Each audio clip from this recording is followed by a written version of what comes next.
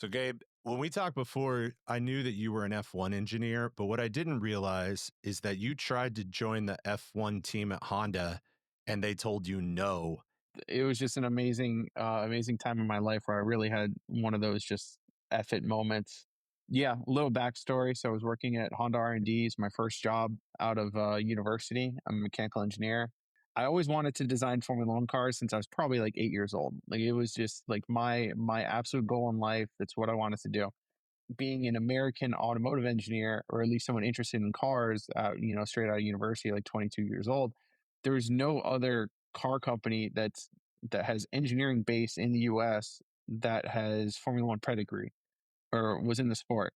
So I was like, I'm telling you, this is very strategic. Me getting a job at Honda, specifically in engine design, was because I thought if there's a 1% chance that they decide they're going to re-enter Formula One, post this was post a financial crisis, 2008. I got my job in 2011, so it was a few years after that.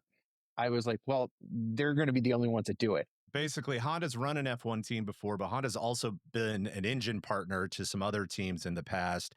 And except for literally within the last like week, I think Cadillac and GM announced that they're going to kick up an F1 program. Almost no other American. Yes, technically Honda is Japanese, but like they're heavily R&D'd and manufacturing based in the US. I would say the last kind of formal American effort would have been probably Ford's engine via Cosworth, which was all the way through the 60s into the 70s. And then they had a turbo variant in the 80s. So you're working at Honda in Ohio. Were you in Ohio at that time? Yeah, just north of Columbus, Ohio, Marysville. Actually, that's where Honda R&D Americas was based. Massive facility. That was my first time living in Ohio. I moved. I'm from Miami, a sunny place, and I moved to Ohio. It was like January 11th, 2011, and I'm telling you, snow was up to my hip. But that was, yeah, day one on the job, just learning how engines were designed. Because I was in ED1, which is their engine design group. So they had a small group of, I think, probably 50 engineers in the US who are doing just specific V6 engine design, DI engine. And the rest of the engine design groups or the other orgs are all in Japan. I mean, there's probably 1,000 engineers working in Japan on various engine variants and powertrains. So we were kind of like a small group that only really worked on American focused engines for Acura and Honda. What were the engine codes and stuff that were like the big releases from Ohio? So we're working on, I guess, what's known as the J series V6 engine. So this is a 3 liter. They did a 3.2, a 3.5 liter, port injection, direct injection, like as many variants. This is probably the most tried and true engine Honda had out in the U.S. market. And we're talking 25 years, probably maybe 30 years of lifespan just across multiple vehicles. An absolute like just juggernaut. How I got hired is also really funny. So they were in a hiring freeze. I had, my dad's an auto journalist, so he was taking photos of cars, and he'd kind of get connections with auto companies here and there. And he had some connections at Honda when I was looking for a job, and he's like, "Hey, talk to some of these engineers I met on these press trips." They used to do press junkets for everyone. So that just a massive hiring freeze for a while. So I was kind of just in a queue waiting to get a job after I graduated, because I graduated in 2010. So 6 months or 8 months almost later is when I get my first job.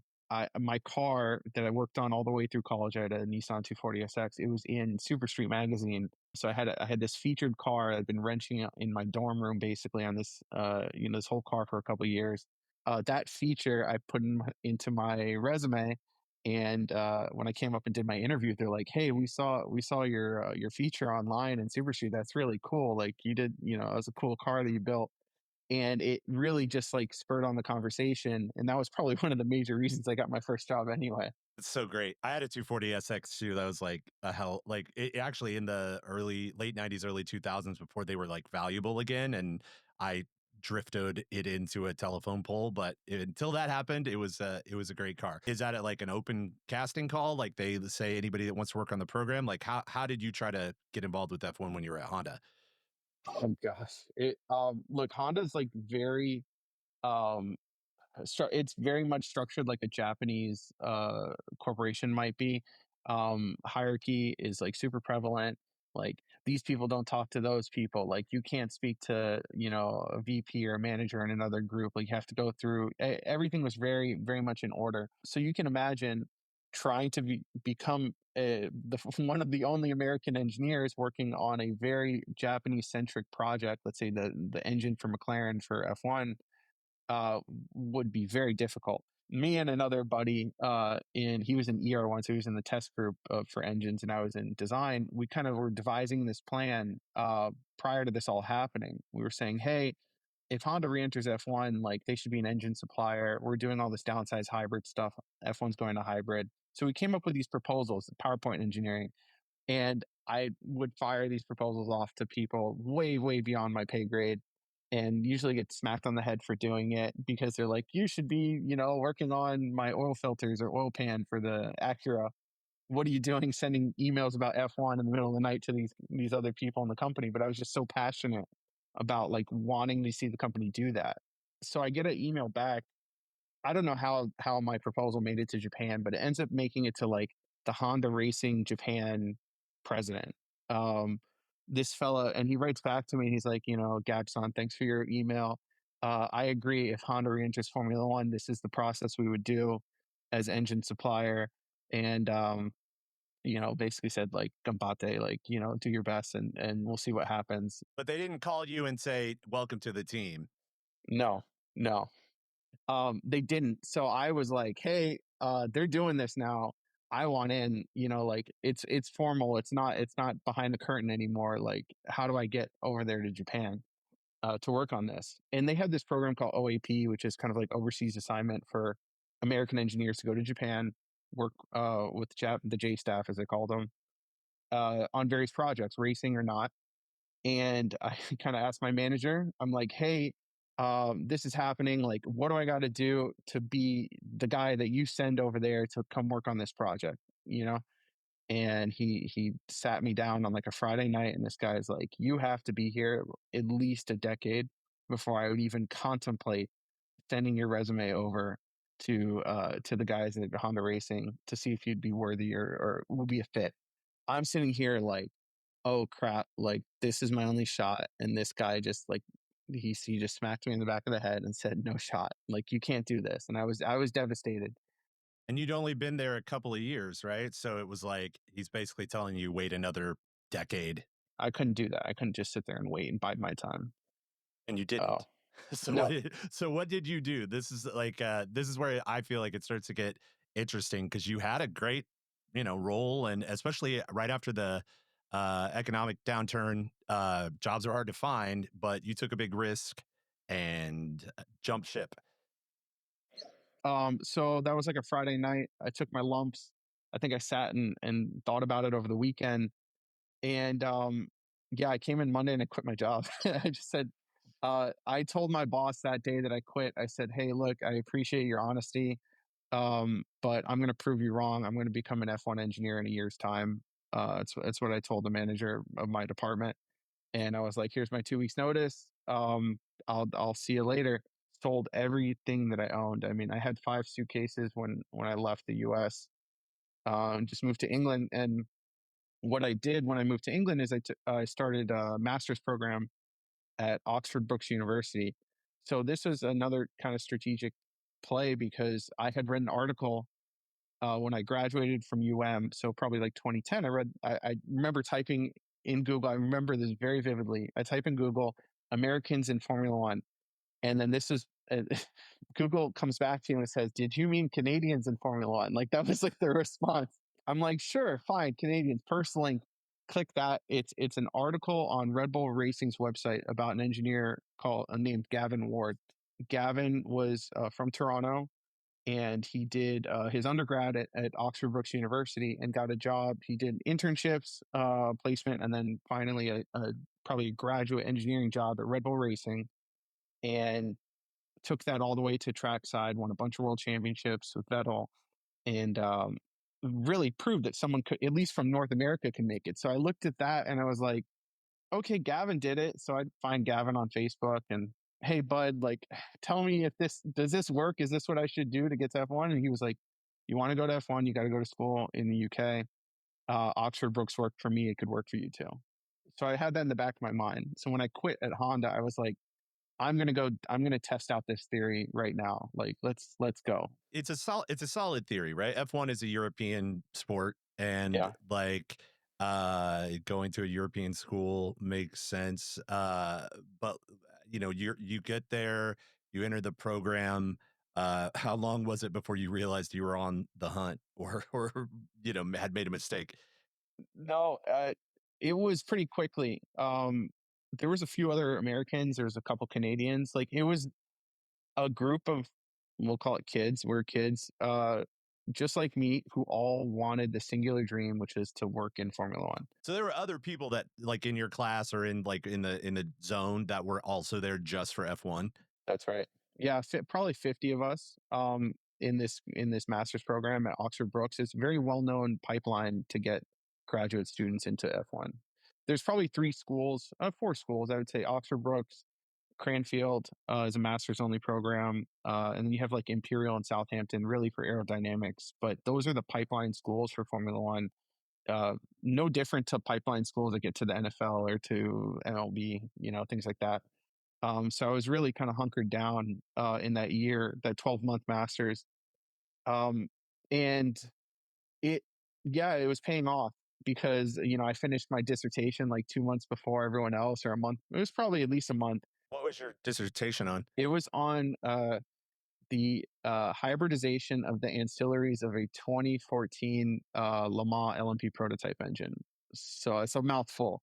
But basically, I had this idea that we could um, electrically power off the hybrid system of a Le Mans prototype. And we ended up seeing that you could save a full pit stop at Le Mans if you did this process. And I got to work with Cosworth actually on this. So I reached out to Cosworth and I was like, hey, I have this idea I'm working on for my dissertation. Like, do you have any telemetry data from an LMP engine? And they actually were very gracious in giving me a ton of info.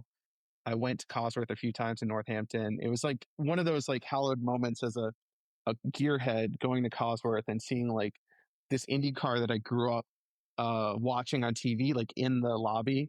I was like, oh crap, like I'm in the middle of it. Like this is actually Motorsport Valley. Like I can sniff it now, Yeah, Cosworth is basically the Honda of motorsports where they don't really make cars, but they make engines for some like of the most legendary machines that have Yeah. ever been sold or raced. I ended up publishing the paper in the SAE World Congress. I don't know what year was that, 2014, um, which is kind of cool. So I got a published dissertation, and it actually helped me get my job in F1 as well, because I was focusing so closely on what they were doing. Did you talk to a lot of different F1 teams or programs, or was there just one that like kind of reached out and was like, yeah, this is it? I interviewed with probably four teams. Um, let's see, Lotus would come to the school. This was when they were before they were Renault and then now Alpine. So that's one of the mainstays. Then I interviewed with Toro Rosso, and most of the other teams wouldn't interview me because I was a foreigner. So I needed sponsorship. So it's interesting. I get over there, I get my visa, I go to school. I'm like, damn, I've done everything I need to do.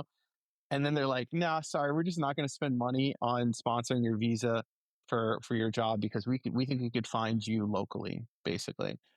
So again, gut punch, and I'm thinking like, oh, the F1 dream's out for me as well.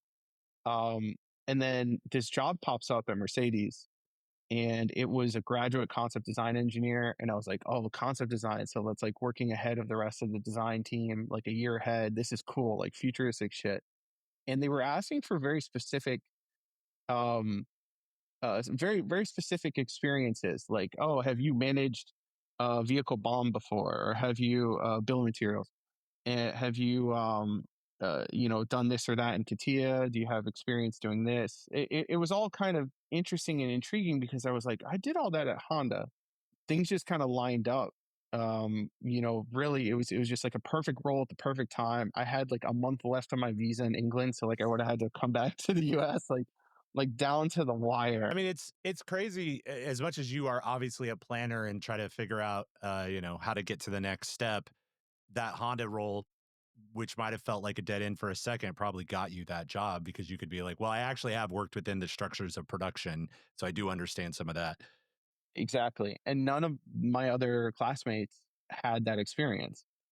It was really interesting because you kind of size everyone up. You're all competing for the same like four graduate roles at the end of the year. And I was like, okay, I guess I'm the only one that actually has like worked on designing a car before, and I know I had my hands-on experience too is helpful. I always fall back on that. But yeah, it definitely helped me at least get the interview. And then once I got the interview, God, I was preparing like hell for this 2 weeks probably straight prep of just like I called everyone that I thought had either interviewed at Mercedes, knew someone who worked at Mercedes, and I collected like probably 200 interview questions that could have been asked. And I was just reviewing, answering each one like a battery. Like that was all. That was my sole goal. Was like I have to nail this interview. To this day, it was the hardest work job interview I've ever had to do. Just the most extensive, in depth technically, that I've ever had to go. I would say second only. Sorry, the only one that even comes close would have been the Ferrari interview I did in 2019 when right before I came back to the U.S. The team that's winning the championship at that point puts me through like a battery of questions, which yeah, still to this day, I haven't received from anyone else. But I was prepared for whatever reason. Like I actually did enough work, and the questions came up, and I had the right answers, and I knew kind of the fundamentals behind it. But everything from like metallurgy, material science, composite structures, loads, math, all the way down to math and physics. Like, I mean, I left that interview and I felt like like the life was sucked out of me type thing. So I'm like, shit, like I lost it. Like I blew it. Like I definitely blew it. Like there's no way I got that. And the most hilarious thing happened. So we end up playing soccer like five aside, which is not popular in the US, but after school we'd go. So I'm hanging out with my buddies that evening playing soccer at Oxford Brookes. And one of the other guys that interviewed for the same role is actually playing with us. And after about the third or fourth question that we talked about, I realized that he got all the answers wrong. and, and I was like, okay, man. Well, good luck. Like, yeah, sure enough, the next day I got a call and they were like, we're going to make an offer for you. And I mean, like, my life changed at that moment. It was like 25 years, well, 24 years of like just preparing for this like singular moment. And then it's like, yeah, you got the job. Like, welcome to the club type thing. And that's when the real shit starts, I guess. I want to ask you about the real shit, but it's also a thing in my career. I have experienced like nightmare interviews, and they are always either a complete sign that you should not work with a group of people or a sign that like they are absolutely the people you want to work with. And it is that thing where people are going, we're going to run you through a gauntlet now because we've all been through that gauntlet and we want to win. Like we want to do big shit. And if you can show us that you're able to think the right way, it doesn't matter if you answer all the questions 100% correctly. So you get the F1 at Mercedes in particular, and you're on like you're calling a future thing, and but it's only a year ahead. Like, so it has to be practical. It can't be like pie in the sky stuff. What kind of projects did you work on? Most of my core job, as you might expect for a graduate, because they put me in a graduate role, was a lot of admin stuff, things that most graduates hated. I was doing managing the vehicle mass tracker. So that means that like I had a weight and center of gravity for every single nut and bolt in this F1 car. And I could predict the mass of the vehicle on a per event basis, within let's say 200 grams, maybe less than that. Crazy. And And it even was in just like, 2014, that wasn't like the bomb wasn't like simulated enough to be able to do it. Okay. no, that was an Excel sheet. Yeah, that's it. We could take outputs from CAD, for instance, to develop that bomb, but like some of it, because so many handmade parts that just weren't fully represented in CAD, we'll call it composite structures. Yeah, just a lot of work on my end to weigh everything. I had scales all over. Everyone knew when I was coming downstairs, coming around to weigh stuff. They were like, "Oh no, Gabe's back to bother me for parts." But so I was managing vehicle mass tracker. which was great because it allowed me to learn every single bit on a Formula One car. And I did this for 2 years. Like I held every single nut and bolt bracket, um, composite structure, anything you could think of. Like I had hands on experience with. You're a living Most people, Haynes manual for 2 years of an F1 car. basically. um, and then I was working on what do they call it? Competitor analysis. So we tracked every single vehicle, every other car on the grid almost religiously, and we'd have a photographer go to each track, take the photos that the design office and the aerodynamics office wanted. We would take a lot of inspiration from other cars, and in some instances, we'd look at that and we're like, "That looks like shit. That's definitely heavy.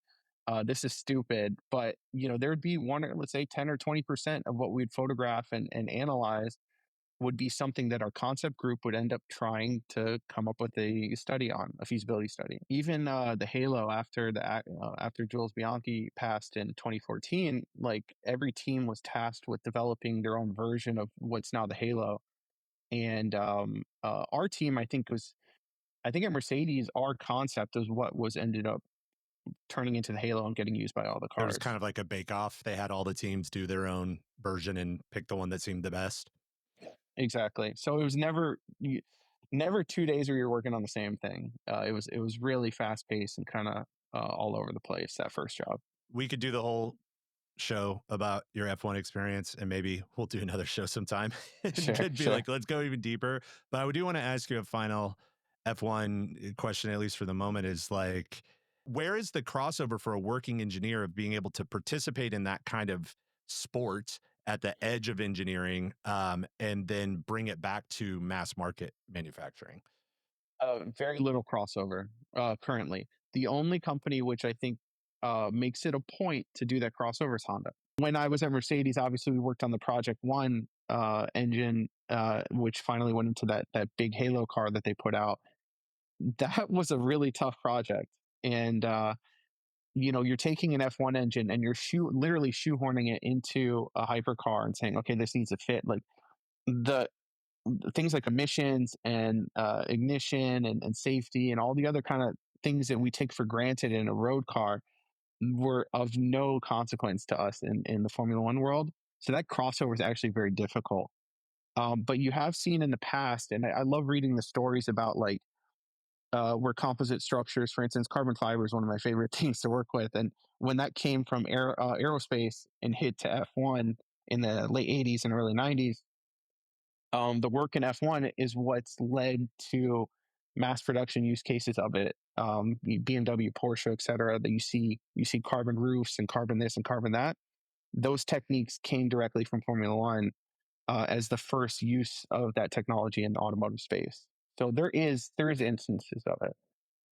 I mean, you definitely get a lot. Carbon fiber is a great example of something that was so exotic, uh, but after it became like a default in F1, you almost have to have another engineering wave to say, great, we love this material, but now how do we do it mass market?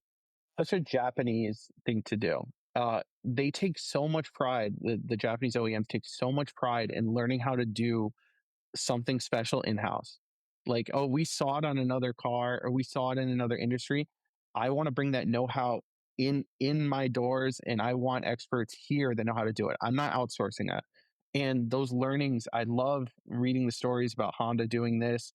Um, the Honda aircraft story is an amazing one. That's obviously based here in the U.S., but that's just another example of it.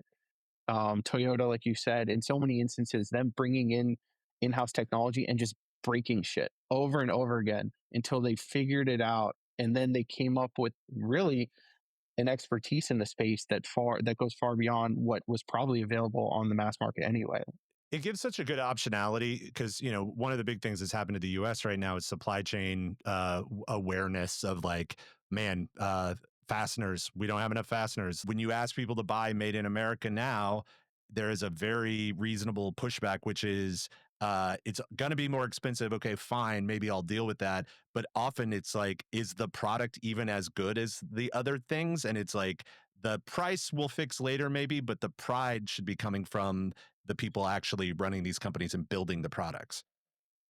I absolutely agree. And we see this, I was looking at things like furniture, and you just see a lack of quality, or people just not caring about the work that they're doing. Like, I love when I see a company and it could have been, a mom and pop store, but there's someone there that just takes immense pride in what they do and the product that they put out, and it has to be the best, at least to leave their doors. You left Mercedes at one point and then finally came back to the US. How did you get lured out of F1 if that was your dream? The pandemic was one of the major reasons. So it's mid 2020. The lockdowns in England were what I can only call draconian in comparison to what we were experiencing in the US. That was tough. The pay was starting to get to me. People don't know this. They think F1's kind of the tip of the spear in engineering.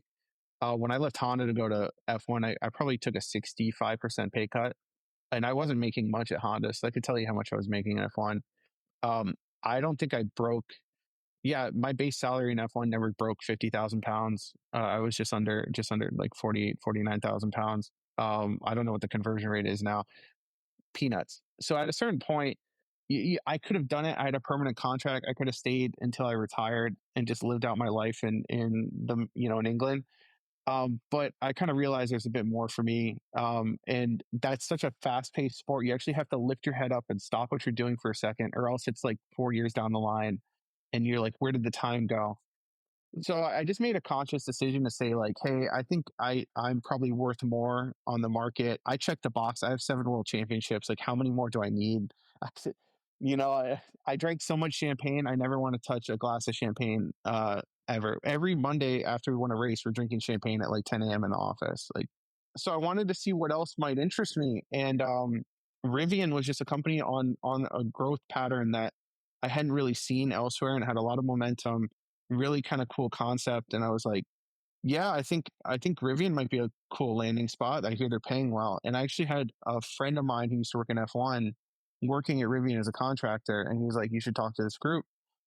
And ended up being a very nice exit strategy for me to kind of transition back to the US, which was always my goal. Family was getting old. I want to kind of be closer to those people that I love. 5,000 miles away is, it's quite a distance, I think, for a foreigner. And so I came back to the US in September 2020 and started at Rivian, working in R1T and R1S and the Amazon delivery van and their low voltage electrical architecture, mechanical design specifically. So low voltage, Rivian's obviously an EV company, and they have big giant battery packs that motivate the motors to make everything move. However, although there's a few car companies or prototype things that are starting to move away from this, most EVs also have a lead acid 12-volt battery, just like every car for the last 75 years. And so those were the systems that you initially started working on. That's exactly it. Yeah.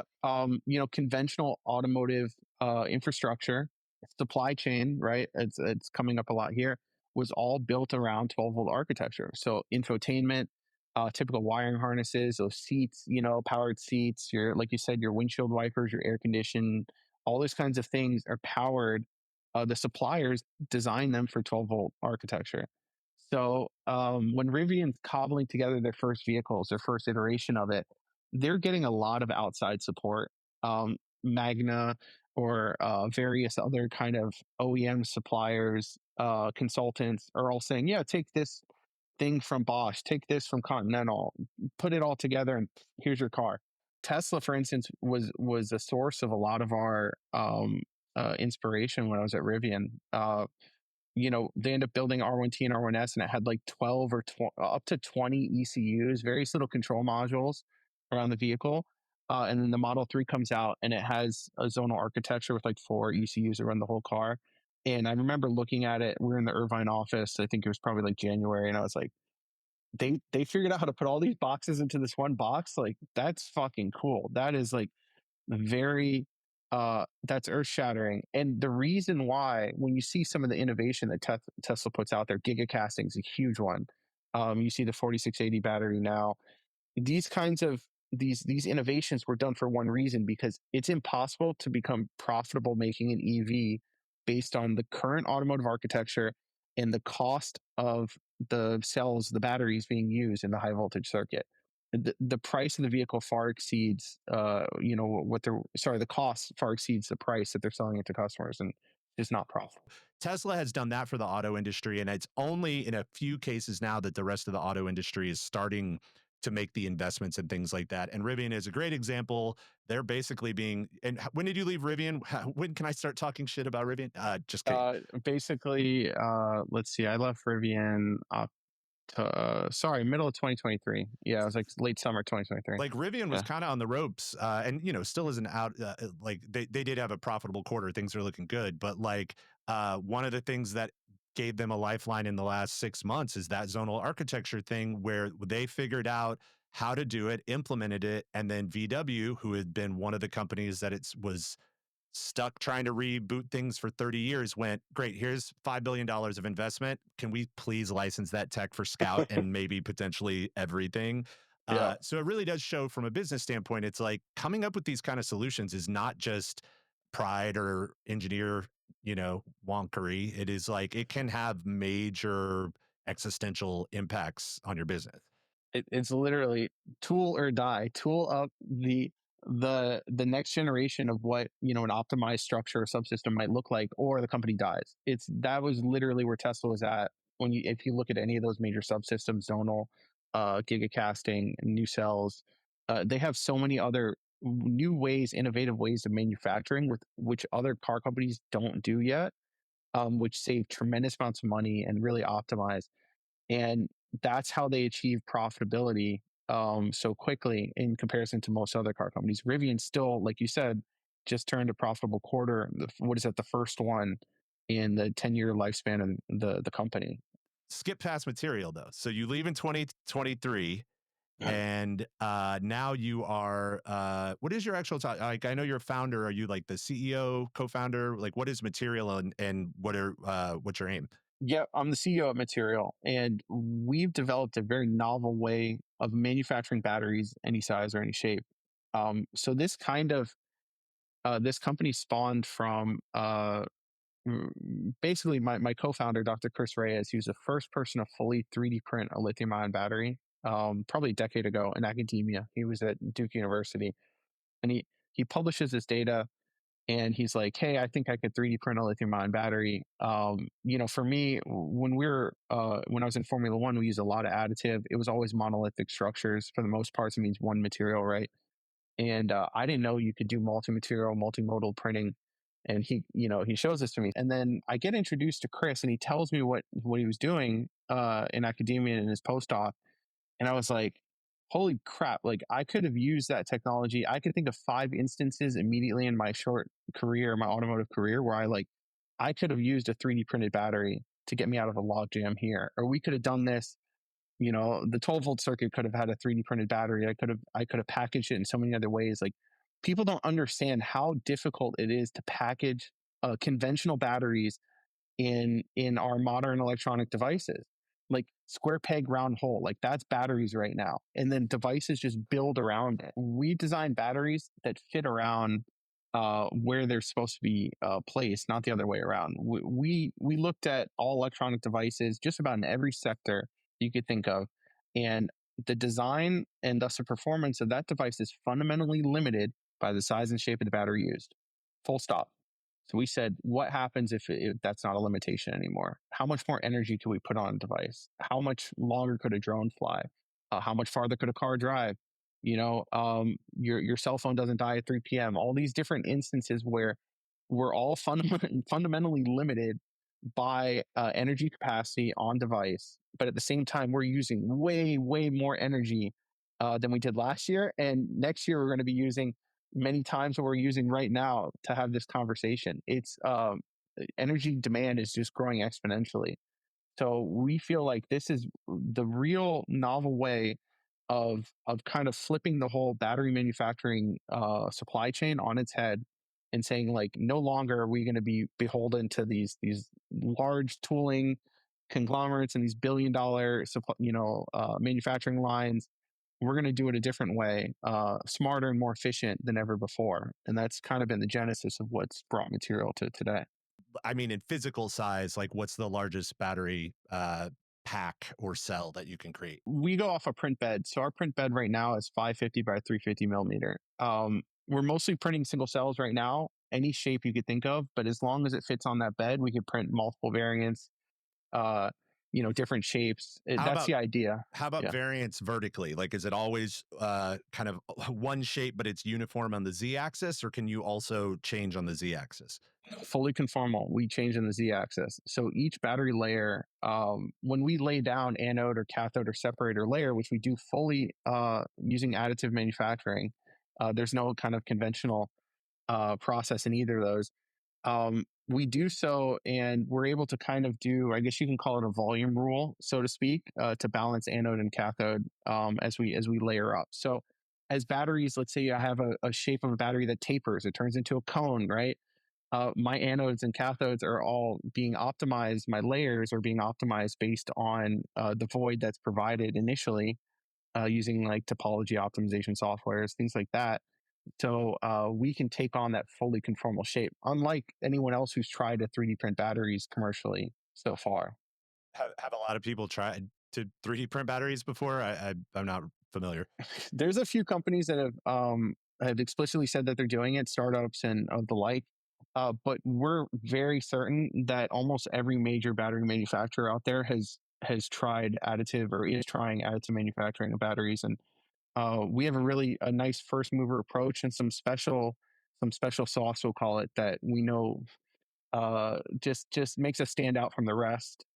But we're so abundantly certain of the necessity of this, and once we see the investment that's popping up from LG Chems, Cattle, even Apple, has been interested in conformal batteries for over a decade now, based on their patents. It tells us that we're on the right track. Putting more energy in confined spaces than ever before is exactly where the industry's going. They're just trying to find the best way to do it, and we think we have that method. You started with, or his, sorry, I forgot your co-founder's name. Dr. Chris Reyes. Chris Reyes. Chris Yeah. Reyes. He started with lithium ion. Do you support other chemistries? We're chemistry agnostic. So in the past year, we've been able to print LTO, LFP, a bunch of NMC variants, and our manufacturing platform is purposely built to not be tied to a specific chemistry. I see a lot of battery startups pop up now, and they're focusing on one chemistry. They're putting that chemistry into a standard cell type. And I looked at that and I was like, well, what happens if, supply chain cuts off that material domestically? Or what happens if it just, we can't source anymore? We ran out of mines making, I don't know, lithium, and we got to go to sodium ion. We're prepared for that. We went at this explicitly saying, hey, like we need to future proof ourselves.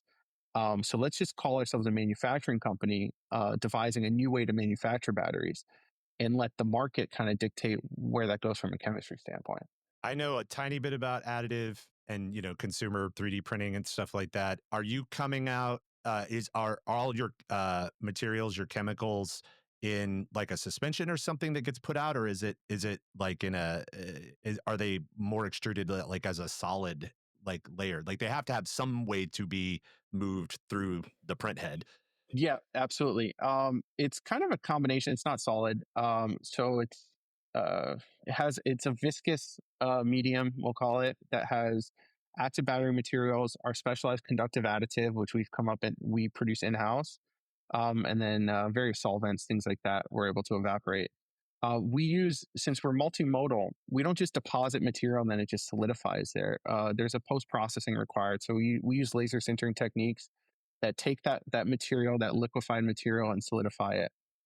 We're able to do this very consistently, layer by layer. For each anode, cathode, and separator, as we build up a battery or multiple cells in a single module, we'll call it. What is your vision for like the company and the market? Because you have a pilot product, like you're working with another company to. I mean, you're shipping. Like you have some stuff that is in small scale available using your tech. Is this something that you see like building out up to a certain level and then licensing it to a cattle or LG Chem, or is it something where you're like, no, we think we actually want to be an LG Chem or a cattle and like be a contract manufacturer for the end user? So we've started out deliberately supplying batteries to pilot customers. The reason we did this is because it allows us to keep our machines in house. We learn from it. If something breaks, it's under our roof, and we can adjust and adapt for our customers, these early adopters. Eventually, though, once the machine that we're finishing development on is good enough to just be turnkey deployable around the world. But you're also in a ASML uh, foundry lab that just went up today, another tool or die that's doing this with casting. Like you're in a machine model. Um, what is it going to take? Like, are you? That is the plan. I guess I'm hearing is that you're going to try to get V1 of a machine and then go sell that machine. Like that's the model. Yep, that machine, and then there's recurring revenue, or we'll be selling the materials which get deposited in the machine as well. Those come through our doors. We created our active battery materials, our conductive additive. We create the blends because in batteries, the blend that we deposit in our 3D printer and create batteries is not exactly the same as what is done in roll to roll. It's the same raw materials, I would say. The lithiums, manganese, cobalt, nickel, silicon, graphite, like the same constituents. It's really just about tuning the levers there. So off the shelf materials need to be processed for our machine. So people will kind of buy the machine and then buy the material. Same thing like an Epson printer would, if you're buying Epson ink or from other manufacturers. The the reason why we think it's important is because we're seeing these little nuggets being put out by like the Department of Energy or other groups here in the U.S. Where they're focusing on investing in pre-industrial scale cell manufacturing. Saying I'm going to make a gigafactory or a 5 gigawatt hour per annum factory. That is just prohibitive to almost everyone in domestically in battery powered devices. They can't spin that up. Hundreds of millions of dollars. Pre-industrial scale manufacturing, cell manufacturing is like the smart way of approaching it here to give us our own leg up in America as we start to domesticate the battery supply chain and the manufacturing, kind of basis that we want to build here. So Do you have like a pricing? There's no way that you're not more expensive than buying the dirt cheapest, like factory thing, somewhere else. But are is right now where you're at for material? Is that like, are you 10x per watt? Like, are you, like how much more do you think it would be? And even including, to be generous, like shipping and supply chain and getting a lot of the stuff there. Like, what does like for like look like? our beachhead market's consumer electronics, right? These are very space constrained, small devices that need every ounce of energy they can get. And what we found in consumer electronics, so everywhere from phones to laptops, everything in between, is the battery prices vary between about $300 a kilowatt hour to about 3,000, if not more, per kilowatt hour. So when you hear these prices like, oh, my batteries, I can source them for $100 a kilowatt hour, $120 a kilowatt hour. It's kind of BS. Those are commoditized single cell prices of a standard battery that's being shot out of a factory somewhere. When you actually take that battery, daisy chain it with a couple other batteries, put it into a casing, some substructure, the cost per kilowatt hour of that pack goes up considerably. So our pricing, we expect to be in the $400 per kilowatt hour range. For a very small size factory, a 300 megawatt hour factory or smart factory. What is the final, like, how do you wrap it? I don't know what the term would be, but like, what's the container after that part is done? It kind of depends on what the customer wants. So, we basically do a polymer substructure, but then we have to seal the battery before we do electrolyte infusion, things like that.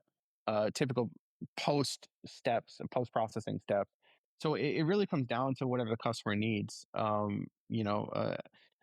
have a lot of options here, but But you are can you think of shrink. printing the outside before it gets filled with electrolyte, or is it like a vacuum forming kind of? Because I'm just thinking of a Yeah, battery shape that's completely non-traditional. I would feel like the last skin would have to have a different process too. the simplest way to describe it is very similar to the casing of a pouch cell, a lithium ion pouch cell right now, which is kind of like a foil case with insulation. Yeah. So So, there yeah. isn't one way, but you have Mm-mm. lots of ways depending on what the need is. Exactly.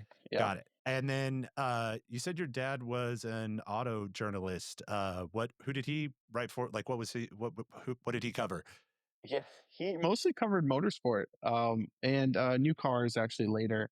Um, was freelance, so he'd work for, I think, one of his the main jobs that got me into racing was he was a track photographer at Homestead Miami Speedway here, down the street. So when the speedway opened, every time there was a test there, he'd kind of bring me along, and I get to see, IndyCar legends go and practicing during spring training or NASCAR or any of those kinds of things.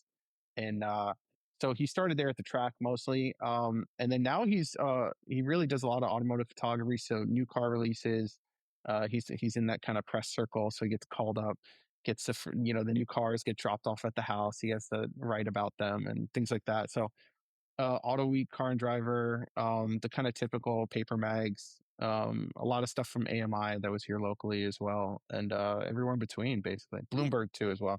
That's great. It makes me really not to make you representative of everybody, but it makes me super happy to talk to you. And we have a few more guests lined up that are coming through our friends in racing. It makes me really excited when we had a lot of engineering talent that came out of automotive and then kind of went into EVs, and like you did, and that makes sense, right? It makes me really proud as a car guy and somebody who's also worked in the auto industry to now see people like you pushing into just general manufacturing and tech. It's like, love the Gundo grind set, startup boys too. Like some of them are going to make it, and some of that energy they're bringing is super needed. Now, I spent 14 years working for high performing companies, not just one, but I take a significant amount of knowledge and experience from each of those points. Even the knowledge that I had holding Craftsman, 3/8 ratchets underneath my car, doing oil changes, like it all comes together. And I feel like you put us up against anyone else doing something similar, we're gonna win because we've been in the dirt. Like we know what it's like to kind of build and what it looks like at a high level. Yeah, I put us up against anyone with that practical experience. So I love hiring people that have similar experience. So Oh, yeah, 100%. I used to run newsrooms, and we would hire sometimes a lot of people that had just come out of like J school, and we were their first real job. And almost like clockwork, they'd work, we'd hire them for like nights and weekends, or like the entry level jobs, and they'd work for like 6 months, and then they'd come to me and they'd be like, I want to write features, and also I have a job offer from somewhere else. And I would say, and I mean, this was me being like a manipulative boss too, but I also really meant it, where I was like, go take that job. And the reason that you need to take that job, it may be good or bad, but I will keep the door open for you. If you go take this job, I will hire you back if you don't like it there. But you need to go learn how other places work, because you'll see what we're bad at here, but you'll also see what we're good at and appreciate it in a different way. And I feel like that applies to every discipline, not just like different jobs. I have worked at Amazon, I've worked at General Motors, I've done some work with IBM. I have seen old, big, sclerotic companies that make a lot of mistakes. But I've learned a lot from those companies and how they do it and how they keep themselves afloat decade after decade. Like you can draw knowledge from everywhere. So, Gabe Elias of Material, this has been such a good conversation. I will let you go back and move the future of manufacturing forward. But really appreciate having you on, and we'll talk again soon. thank you so much. Really appreciate it.